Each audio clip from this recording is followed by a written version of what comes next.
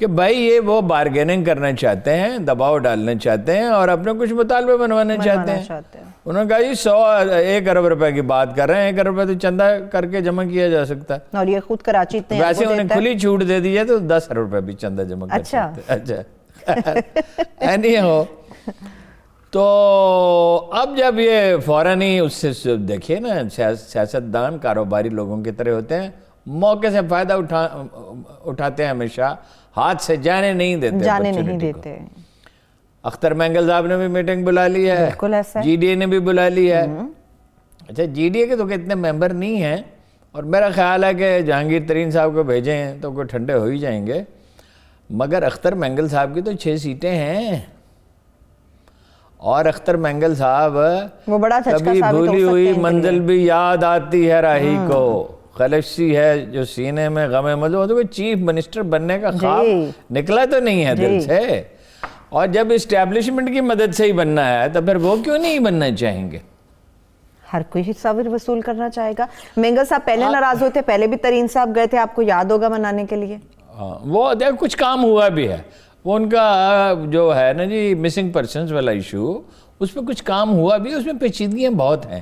اس میں ایک تو سول حکومت کا بہت زیادہ عمل دخل نہیں ہے. دوسری بات یہ ہے کہ وہ بہت ہی مبالغہ آمیز ہیں اعداد و شمار.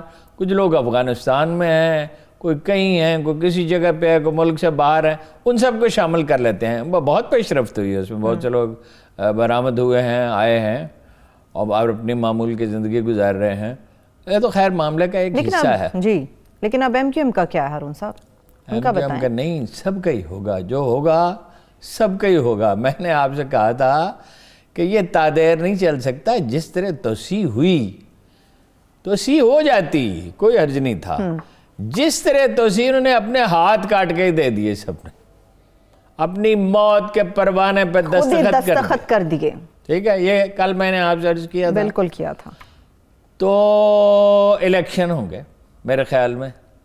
اچھا آپ روز کہہ رہے ہیں ہارون صاحب الیکشن ہوں گے, آپ روز یہ بات کرتے ہیں. اچھا الیکشن ہوں گے, 2 صورتیں ہیں. کچھ لوگوں کا خیال ہے by the end of this year, کچھ لوگوں کا خیال ہے کہ نیکسٹ ایئر. ایسے نہیں ہوگا. یہ جو تھیوریاں پیش کی جا رہی تھی نا کہ نا ہاؤس چینج آ جائے گی اور ایسے ہو جائے گا اور فلاں ہو جائے گا اور وہ کھاڑ کے پہن, آپ وہ پہلے ناراض تھے نون لیگ والے, پیپلز پارٹی والے, آپ پی ٹی آئی کے ورکر کو انڈر اسٹیمیٹ نہ کریں, نکال کر پھینک دیں تو اس کا نتیجہ کیا ہوگا؟ اس کا نتیجہ میں بڑی خرابی ہوگی. لہذا مسئلے کا واحد حل مڈ ٹرم الیکشن ہے, اور یہ اس طرف جائے گا, اس طرف جائیں گے. یعنی کہ 2020 تبدیلی کا سال. یہ تبدیلی تو نئے پاکستان کے لیے خان صاحب لے کے آئے تھے, اب خان صاحب کے لیے تبدیلی ہونے جا رہی ہے 2020. لگ رہا ہے ہو جائے گی تبدیلی. خان صاحب کر لیں نا, خان صاحب یہ تھوڑی آپ کے خیال میں 2-4 مہینے میں ہو جائے گا. نہیں, ایسا بالکل نہیں ہوگا. پھر کیسے اٹ ول ٹیک ٹائم. اگر اس خان صاحب اس عرصے میں ری تھنکنگ کریں, اپنا انداز فکر بدلیں اور ترجیحات ٹھیک کریں.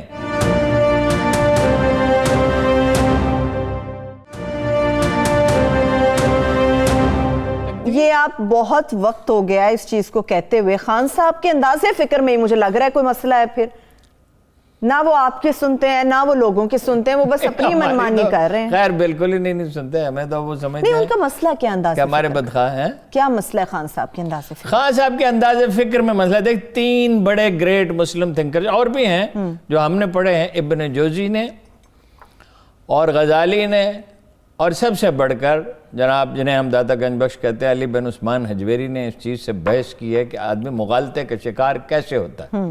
اس کی کتاب ہے احیاء العلوم غزالی کی, اور ابن جوزی کی ہے تلبیس ابلیس, شیطان کس طرح دھوکہ دیتا ہے. اور ہمارے عہد کے بڑے اسکالر جو ہیں پروفیسر احمد رفیق اختر, انہوں نے کہا تھا شیطان ایک کاشتکار ہے جو نفس کی زمین میں کاشت کرتا ہے. یعنی آدمی کے اپنے اندر جو تضادات ہوتے ہیں, مغالطے ہوتے ہیں. خان صاحب بڑی خوبیوں کے آدمی ہیں, ڈٹ کر کھڑے رہتے ہیں, مقابلہ کرتے ہیں, کرزمیٹک ہیں, کسی کام میں ہاتھ ڈالتے ہیں اسے پورا کیے بغیر نہیں چھوڑتے. یہی ان کی خامی بن گئی, یہی ان کی, اس سے اوور کانفیڈنس پیدا ہوتا ہے. وہ سمجھتے ہیں کہ میں ایک برگزیدہ اور مختلف اور الگ آدمی ہوں, الگ مخلوق, کوئی الگ ہوتا ہی نہیں. رسول اللہ صلی اللہ علیہ وسلم نے فرمایا نہیں, عظیم لوگ تو ہوتے ہیں رسول اللہ صلی اللہ علیہ وسلم نے فرمایا سب لوگ اللہ کی رحمت سے جنت میں جائیں گے. لوگ بڑے حیران ہوئے, کہا یا رسول اللہ آپ بھی؟ انہوں نے کہا میں بھی. اب آپ اندازہ لگائیے کہ کوئی تصور ہی نہیں ہو سکتا کہ بھائی اتنی فضیلت, یعنی فضیلت ہی بیان نہیں ہو سکتی جس ذات گرامی کی. وہ یہ کہہ رہے ہیں میں اللہ کی رحمت سے. اصول کسی کے لیے نہیں بدلتے. آپ کو یاد ہے کہ جب ورلڈ کپ جیتا خان صاحب نے تو کیا کہا تھا؟ انہوں نے کہا اب شوکت خانم اسپتال بن جائے گا. بھئی یہ 10 آدمی کھڑے ہوئے, ان کے بغیر تو نہیں آپ جیت سکے. انضمام کے بغیر جیت سکتے تھے, وسیم اکرم کے بغیر جیت سکتے تھے, اور بھی آپ کی پورا ٹیم ورک تھا. میں تو کرکٹ کی اتنی میری میموری اچھی نہیں ہے کہ بات ہے. ان سب لوگوں کے بغیر نہیں, وہ ٹیم کہیں غائب ہی ہو گئی. وہ صرف انہیں اپنا آپ یاد رہا, اپنا منصوبہ ہے. بڑا اچھا منصوبہ تھا, بڑی خوبی کی بات تھی. غالباً شالیمار باغ میں ریسیپشن تھا, وہاں پھر اسی طریقے انہوں نے گفتگو کی, پوری ٹیم ہی واک آؤٹ کر گئی.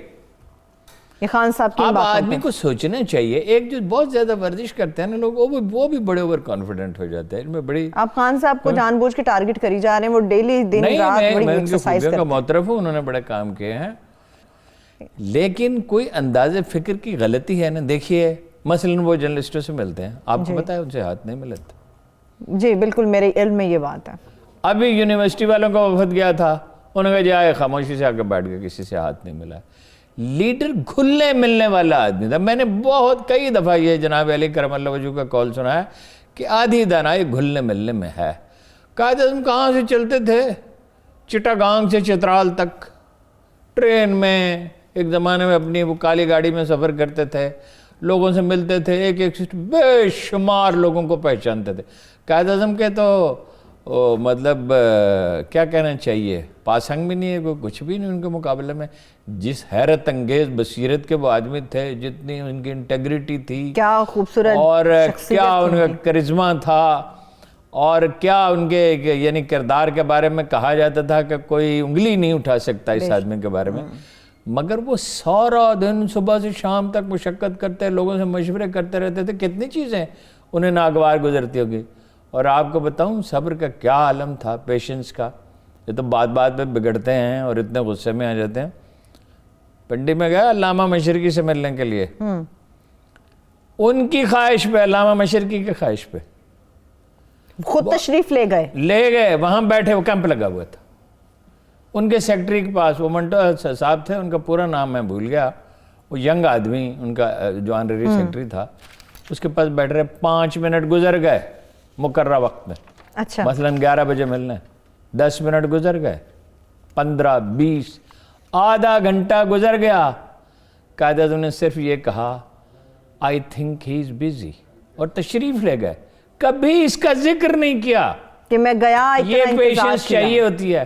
نتیجہ کیا نکلا کہ وہ نوجوان بعد میں وہ سینیٹر بنے, بہت بعد میں وہ مسلم لیگ میں شامل ہو گئے. جب قائد اعظم دوبارہ انہیں ملے پنڈی میں, تو وہ نیشنل گارڈز کی وردی پہنے ہوئے تھے, جو مسلم لیگ کے کارکن تھے, جو حفاظتی وہ جلسوں کی یا قائد اعظم کے حفاظت میں مامور ہوتے ہیں.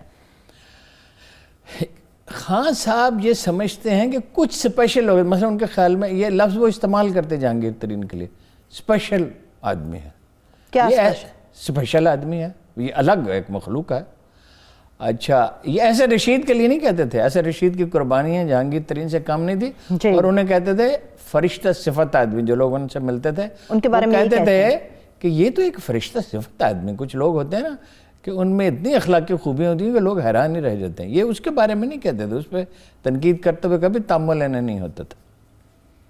تو یہ انداز فکر کی خرابی ہے. دیکھیے کسی شخص کو, ہر آدمی میں کچھ ہنر ہوتے ہیں جس کی وجہ سے وہ زندگی گزارتا ہے, کچھ کمزوریاں ہوتی ہیں. اب جب آپ کو سیاست نہیں آتی ہے, آپ معیشت کو نہیں سمجھتے ہیں, تو آپ کو ان لوگوں کا انتخاب کرنا ہے جو اس کام میں آپ کی مدد کر سکیں. کوئی ریگن خارجہ پالیسی کے ایکسپرٹ تو نہیں تھے. انہوں نے فوراً برجنسکی کو قابو کیا اور اسے بھیجا, جاؤ بھاگو پاکستان پہنچو, ضیاء الحق سے بات کرو, جنرل اختر سے ملو, یہ کرو وہ کرو فلاں کرو.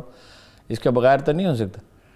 یہ جو اوور کانفیڈنس ہے, یہ 3 جن عظیم مسلم مفکرین کا میں نے نام لیا, انہوں نے اتنا کام اس پہ کیا ہے کہ 200 سال میں ویسٹ میں بھی بہت قابل قدر کام ہوا ہے, مگر اب بھی وہ اس سے آگے ہیں.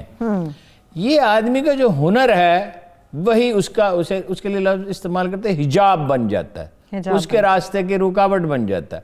اب انہوں نے پارٹی کو بھی پارٹی نہیں سمجھا، اس کی کوئی تنظیم نہیں کی. دیکھیے یہ جو جذباتی ورکر ہیں یہ ان کا بہت بڑا ایسٹ، ہر وقت ان کے ساتھ کھڑے رہتے ہیں، مگر یہی ان کی کمزوری بن گئے ہیں. بھائی ان کی کوئی تربیت کی ہوتی نا. 100 دوست اگر کوئی آدمی بنائے اور ایک پکا دشمن بنائے تو کہا جاتا ہے کہ یہ خسارے کا سودا ہے. آپ لوگوں میں دشمنی پیدا کرتے ہیں، بغض و عناد پیدا کرتے ہیں، انہیں اپنے خلاف کھڑا، وہ پھر آرام سے بیٹھیں گے. یہی خان صاحب نے کیا اپوزیشن کے معاملے میں. یہ بات ہم بار بار دہرا چکے ہیں، احتساب پہ اعتراض نہیں ہے. احتساب ساری دنیا میں ہوتا ہے، کوئی پاکستان کو انوکھا ملک نہیں ہے. ہاں یہ افغانستان میں کرپشن نہیں ہوتی، یہاں ایک ملک ریاض ہے، وہاں کئی ملک ریاض ہیں چھوٹے چھوٹے. بنگلہ دیش میں کرپشن نہیں ہوتی، کہا جاتا ہے پاکستان سے زیادہ ہے. انڈیا تو ہے ہی اتنا کرپٹ ملک ہے جس کی کوئی حد نہیں. شاید ہی پھر یہاں تھوڑی ہوتا ہے ایک چیز کو پکڑ لیا اس سے خوف پیدا کیا. اب کیوں نہیں کہہ رہے 2-3 ہفتے سے ڈاکو چور؟ اب انہیں سمجھ آئی، اب قیمتی وقت ضائع ہو چکا ہے، اب وقت ہاتھ سے پھسل چکا ہے. لیکن ایسا نہیں ہے کہ کوئی مہلت باقی نہیں ہے، مہلت موجود ہے. اپنا رویہ ٹھیک کر لیں تو پھر یہ ایک اور بات ہے کیا، جو دوسروں کے سہارے پہ جب آپ کوئی کامیابی حاصل کرتے ہیں تو اس کا انحصار پھر انہی پہ ہوتا ہے. کیا باتیں کر رہے ہیں ہارون صاحب؟ ووٹ لے کے آئے ہیں وہ نہیں، کیا بات کر رہے ہیں؟ ووٹ ہے وہ جو بلوچستان والے اور جنوبی پنجاب والے اور آزاد ارکان جنہیں جہانگیر ترین طیارے میں بھر بھر کے لائے تھے، لے کے آتے رہے. یہ ترین صاحب ہی کر سکتے تھے، ترین صاحب کر سکتے تھے. چلے مجھے ایک بریک کی طرف بڑھنا ہے ہارون صاحب. واپس آ کے ایک تو پیپل سے متعلق خصوص طور پہ ہم گفتگو کریں گے، مگر اس کے ساتھ ساتھ چونکہ پاکستانی قوم کی ہم بات کرتے ہیں، یہاں کے لوگوں کی بات کرتے ہیں، ان کی ذہانت کی بات کرتے ہیں، مگر یہ کرائسس، یہ بحران آخر سمجھنے کی کوشش کریں گے ہارون صاحب سے، خرابی ہے کہاں پر؟ یہ سسٹم کسی ایک جگہ رکتا کیوں نہیں ہے؟ یہ کرائسس کا شکار کیوں رہتا ہے؟ اور اس کے ساتھ ساتھ انڈین بری فوج کے جو نئے سربراہ ہیں جنرل منوج، انہوں نے جو باتیں کی اس سے متعلق بھی تفصیل سے بات کریں گے. Stay with us.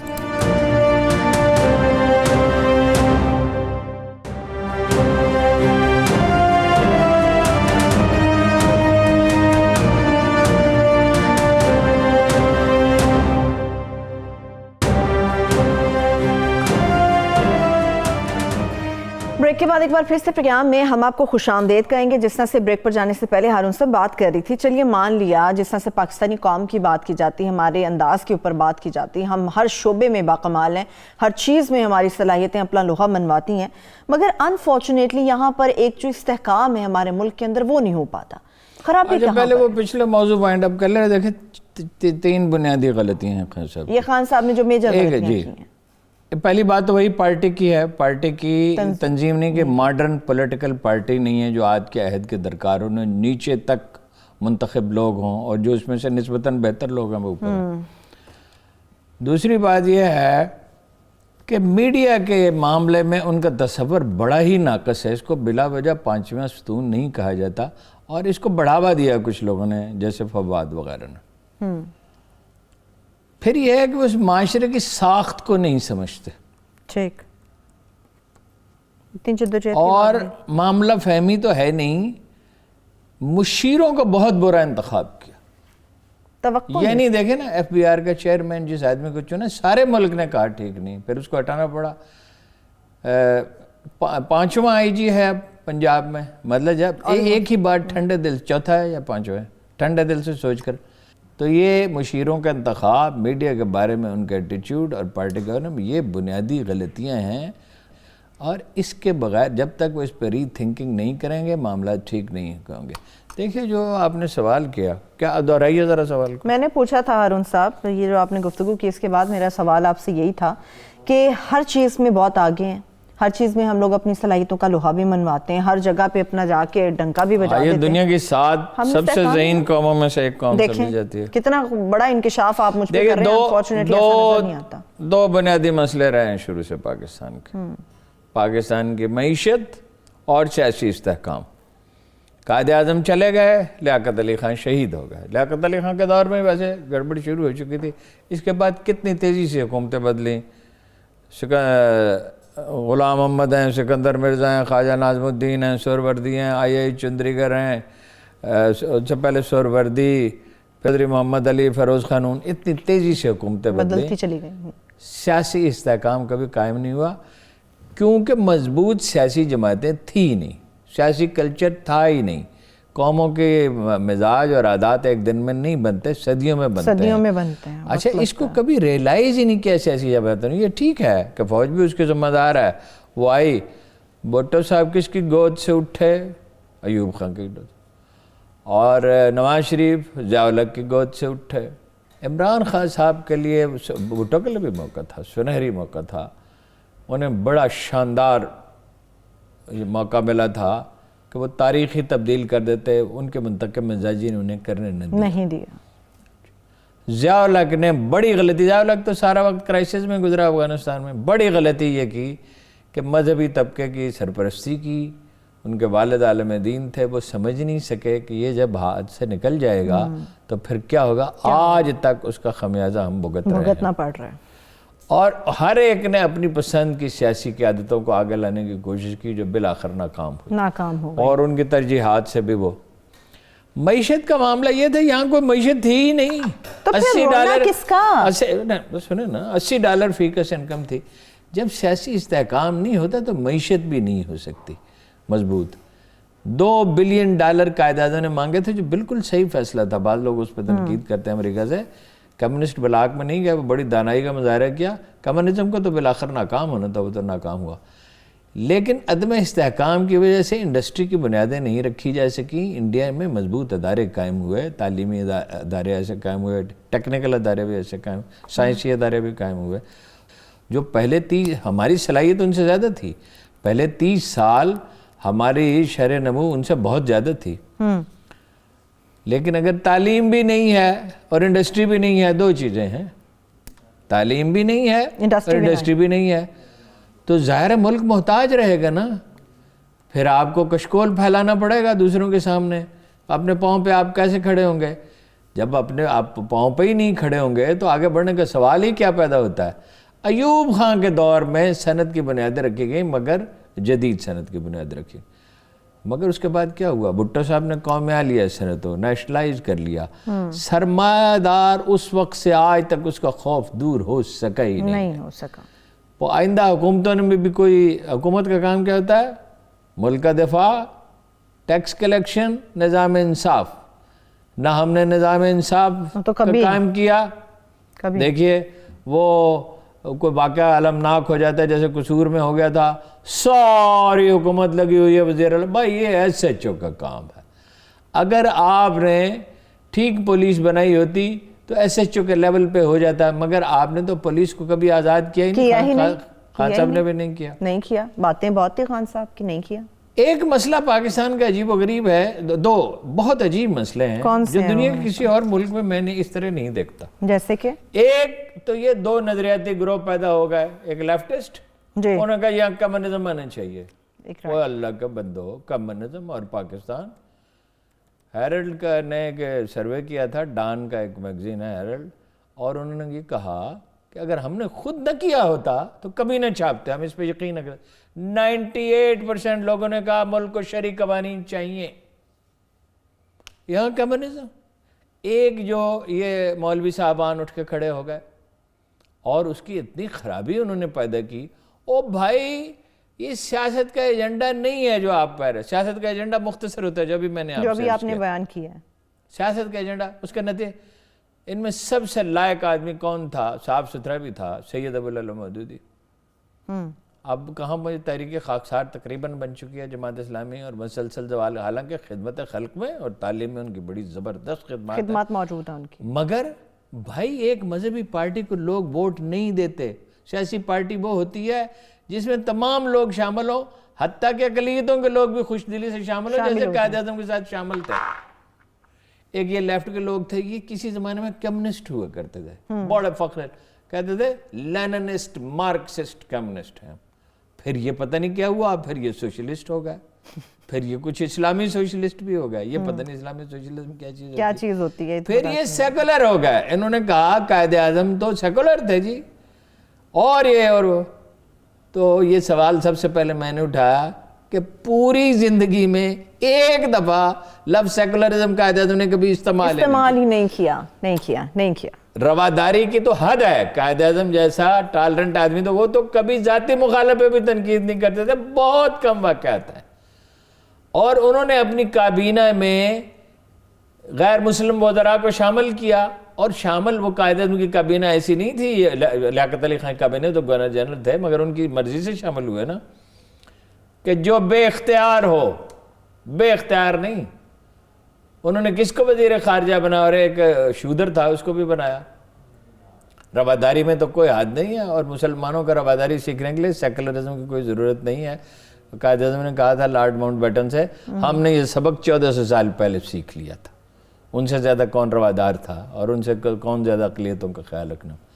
ان دو گروہوں نے. ایک اور عجیب چیز ہے, وہ کیا؟ آپ کو معلوم ہے کہ 1.25 کروڑ خاندان, 1 کروڑ 20-25 لاکھ خاندان براہ راست حکومت پاکستان پالتی ہے. کل 3 کروڑ خاندان ہے. 35 لاکھ سرکاری ملازم, 25 لاکھ پینشن, 20 لاکھ پینشنرز, اور 55 لاکھ خاندانوں کا بے نظیر انکم سپورٹ پروگرام سے مدد دی جاتی ہے. یہ کیسے ہو سکتا ہے؟ کوئی ریاست اتنا بڑا بوجھ, یہ کوئی بہت امیر ملک تو نہیں ہے, یہ تیل پیدا کرنے والا ملک نہیں ہے. یہ امداد پہ چل رہے ہیں, امداد پہ چلتے ہیں. نہیں, انہیں پیسے دیں کہ وہ کام کریں. اخوت نے بھی تو کتنے خاندانوں کو, 20 لاکھ خاندانوں کو پیسے دیے نا, 50 کروڑ مکان اور 1 کروڑ ملازمتیں. حکومتوں کا کام نہیں, حکومتیں نہیں کرتی. میکسیمم جو جابز کبھی پیدا ہوئی ہیں وہ سالانہ 10 لاکھ ہوئی ہیں. وہ بہت سٹیبلٹی جب آ گئی, اور باہر سے مدد بھی اس وقت مل رہی تھی. یہ خواب دکھانے کے بجائے اگر اخوت جیسے ادارے تعمیر کیے جائیں, یہ جو موجود ہیں ادارے, صرف اخوت نہیں اور بھی, چلیں انہیں ذرا فیسیلیٹیٹ انہیں کریں. آپ انہیں اس لیے کہ انہوں نے تجربہ کر لیا, 20 سال گزر گئے, انہوں نے ساری دنیا اس پر ریسرچ کر رہی ہے. جنرلی اٹ از بلیوڈ کہ ذرا سا بھی انصاف کار فرما ہو تو ڈاکٹر امجد ثاقب صاحب کو, یا انہیں علم ہو, ممکن ہے بعض چیزوں کا علم نہ ہو تو نوبل پرائز مل جائے گا. تاریخ میں کوئی مثال ہی نہیں ہے کہ اتنی تیزی سے ایک سماجی تنظیم نے اتنے بہت سے کام, ہیلتھ سروسز ہیں, لوگوں کو لباس مہیا کرتے ہیں, اور بے شمار کام ہیں. تو حکومت پاکستان اتنے لوگوں کا بوجھ کیسے اٹھا سکتی ہے؟ 1 کروڑ اور 20 لاکھ خاندانوں کا بوجھ حکومت پاکستان کیسے اٹھا سکتی ہے؟ خان صاحب کے سامنے کوئی جامع منصوبہ تھا ہی نہیں. دیکھیے, مجھے ذاتی طور میں اپنی بات کر رہا ہوں, نواز شریف سے زرداری سے کوئی توقع نہیں تھی. فارسی میں کہتے ہیں ہیچ خیر از بندہ زرکش مجاؤ, جو مال کی سے محبت کرنے والا آدمی اس سے خیر کی زیادہ امید نہ رکھو. خان صاحب سے امید تھی, مگر کسی جملے, یہ دفتر ہے ایک, یہ ٹی وی چینل ہے, اس کا ایک پورا منصوبہ ہے, اس کا پورا ایک ڈھانچہ ہے, ایک سسٹم ہے, ایک میکنزم, اس کے تحت ہم سب کام کرتے ہیں. سب پرزے مل کر ایک مشین کو بناتے ہیں. وہ جامع منصوبہ کہاں ہے؟ وہ زراعت کے لیے کیا ہے, وہ انڈسٹری کے لیے کیا ہے؟ بھائی آج تک آپ کراچی سٹی کا 18 مہینے ہو گئے, آپ فیصلہ نہیں کر سکے. 18 یا 17 مہینے ہو گئے, آپ فیصلہ نہیں کر سکے. کراچی وہ کیا گورنر صاحب کا کیا نام ہے, ان کی آپ بات کر رہے ہیں, اسماعیل صاحب کی بات کر رہے ہیں. کبھی وہ سیریز آپ نے ان کو دیکھا ہے؟ کراچی کے جتنے کبھی سیریز دیکھا ہے آپ نے؟ غصے میں ایک آدھ دفعہ دیکھا ہے. غصہ تو خیر کسی کو بھی آ سکتا ہے. نہیں, ویسے تو وہ خوش طبع آدمی ہیں, ایسے ہول تو خوش طبع آدمی ہیں, اور صلاحیت بھی بڑی. چلے وارڈا صاحب تو ہے نا وہاں پہ, وارڈا صاحب بھی تو ہیں وہاں پہ. اس پہ وارڈا صاحب نے کیا کہا تھا؟ وارڈا صاحب نے کہا تھا 2 ہفتے کے بعد اتنی نوکریاں ہوں گی کہ سارا ملک دنگ رہ جائے گا. میں مالکان سے کہتا ہوں ورکروں کو نہ نکالے, ابھی انہیں بہت ضرورت پڑ جائے گی. وہ پھر بعد میں انہوں نے کوئی اپنے کلام کی تشریح نہیں کی کہ کیا ہوا, کہ وہ 2 ہفتے کتنے عرصے پر محیط 2 ہفتے کے بعد. ہاں بالکل 2 ہفتے انہوں نے کہا تھا, اور پتہ نہیں نہ جانے کیا کچھ نکل آئے گا. ایسے نہ کہ وارڈا صاحب کو کوئی امید دے دی ہوگی نا. جب لیڈر ویب آف امیجنیشن میں چلا گیا, خیالی جنت بسا لی, تو ورکر کیوں پیچھے رہے ہیں؟ $200 بلین باہر سے آئیں گے, اور جناب دنیا لوگ دوسری دنیا سے آیا کر, دوسرے ملکوں سے آیا کریں گے, پاکستان میں دودھ اور شہد کی نہریں بہہ جائیں گی. دیکھیے گزارش یہ ہے, پاکستان کا پوٹینشیل بہت بڑا ہے. پاکستان کی صرف ایگریکلچر کا پوٹینشیل 400% ہے. یہ سب لوگ, دنیا مانتی ہے اس کو. یہ کوئی ایک ایکسپرٹ نہیں کہتا, اس میں کوئی مختلف نقطہ نظر نہیں ہے. پاکستان میں مائننگ جو ہے اپ ٹل $2000 بلین کا کہا جاتا ہے کہ سونا ہے. کوئی ہے اس کے ذخائر دنیا میں دوسرے غالباً سب سے بڑے ذخائر ہیں. پاکستان کی زمین زرخیز ہے. لوگوں کو جہاں کہیں تربیت دی گئی. اس ملک میں ایک ادارہ نہیں بن سکا. یہ قوم دنیا میں سب سے زیادہ ڈونیشن دینے والی قوم ہے. 5000 سکول چل رہے ہیں اتنے بے شمار. یہ حکومت کو کون پیسے دیتا ہے جو 2 ارب روپے ہر مہینے وہ تقسیم کرتی ہے؟ اس میں تھوڑے سے پیسے حکومت دیتی ہے, باقی تو اللہ کے بندے عام لوگ دیتے ہیں. اپروچ ناقص ہے. دیکھیے, اور علم کے بغیر اپروچ کیسے ہو؟ جب دیکھیں نا ماؤ زے تونگ کے زمانے میں کتنی غربت تھی, لیکن سب کو پڑھا دیا. روس میں اس قدر تباہی تھی, 5 لاکھ آدمی ہر روز, 5 لاکھ میں کہہ رہا ہوں, 5 لاکھ آدمی ہر روز ماسکو میں داخل ہوتے تھے نواز سے ڈبل روٹی خریدنے کے لیے. مگر تعلیم یافتہ معاشرہ تھا نا. جاپان تباہ ہو گیا تھا نا, جاپان میں بچے ہی کچھ نہیں تھا. اب ایک مایوس معاشرہ جو پیٹرنیج پہ کھڑا ہے, ایک آدمی کا سرپرست ہے, اس کے اوپر ایک سرپرست ہے, سفاری سے سارا کام ہوتا ہے. اور روز لوگ ٹیلی فون کرتے ہیں, فلاں آدمی سے کہہ دیجیے میری نوکری کے لیے. او بھائی, تمہیں اپنے آپ پہ اعتماد کیوں نہیں ہے؟ پاکستانی تاریخ کا ایک بڑا لیجنڈری کریکٹر ہے. ہمارے رشتہ دار بھی تھے گاؤں کا, اصل میں تو ہماری برادری سے, ان کو بریگیڈیئر رفیق صاحب. 3 دفعہ ان کو 2 کتابیں ان پہ لکھی گئی ہیں. وہ کتابوں کے حوالے ذرا بریک سے واپس آ کے دے لیں ہارون صاحب. میں ختم کرتا ہوں. ٹھیک. 3 دفعہ ان کا صاحبزادہ کا انتخاب نہیں ہوا آرمی میں. لوگ کہتے تھے کہ بریگیڈیئر رفیق صاحب ایک فون کر دے تو ہو جائے گا. وہ کہتے تھے ساری عمر محتاج رہے گا. پھر وہ اپنے ہی بل پہ ہوا, اور جنرل کیانی کا بیچمنٹ تھا, اور نہایت کامیاب آدمی ہے. چلیے, کیا بات ہے, سہاروں پہ زندگی نہیں بسر کی جا سکتے. بالکل. چلیے, مجھے ایک بریک کی طرف بڑھنا ہے. جب بریک سے واپس آئیں گے گفتگو یہیں سے آگے بڑھے گی, مگر اس کے ساتھ ساتھ چلیے اندرونی محاذ کی تو ہم نے بات کر لی. اب جو بیرونی محاذوں پر سامنا ہے, جو دھمکیاں دینے کی کوشش کی جا رہی ہے, اس سے متعلق خاص طور پر بات کریں گے کہ کیا یہ دھمکیاں صرف گیدڑ بھپکیوں کے طور پہ دیکھی جائیں گی, یا پھر اس معاملے کو تھوڑا سنجیدگی سے لینا ہوگا.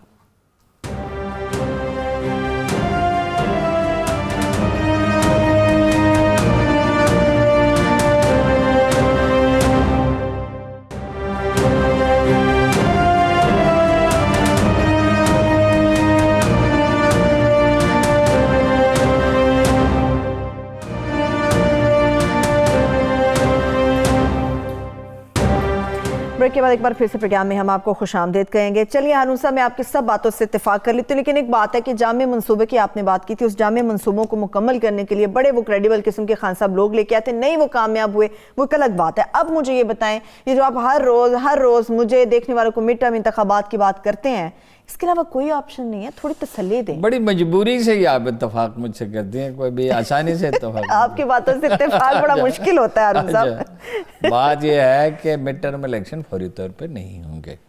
ظاہر ہے متبادل منصوبہ بنے گا, اس کی تیاری. الیکشن کرانا کوئی آسان کام نہیں ہے, اور اس عرصے میں ملک کو سٹیبل رکھنا, ایسی صورت سیاسی پارٹیوں کے درمیان کوئی انڈرسٹینڈنگ ڈیولپ ہونی چاہیے. ابھی تو الیکشن کمیشن ہی مکمل نہیں ہے, اور وہ جو سروے ہو رہے ہیں اس میں جن لوگوں کے نام لیے گئے تھے اب تک, اس میں نثار چیمہ صاحب کا نام زیادہ آ رہا ہے کہ وہ بنا دے تو اچھا ہے.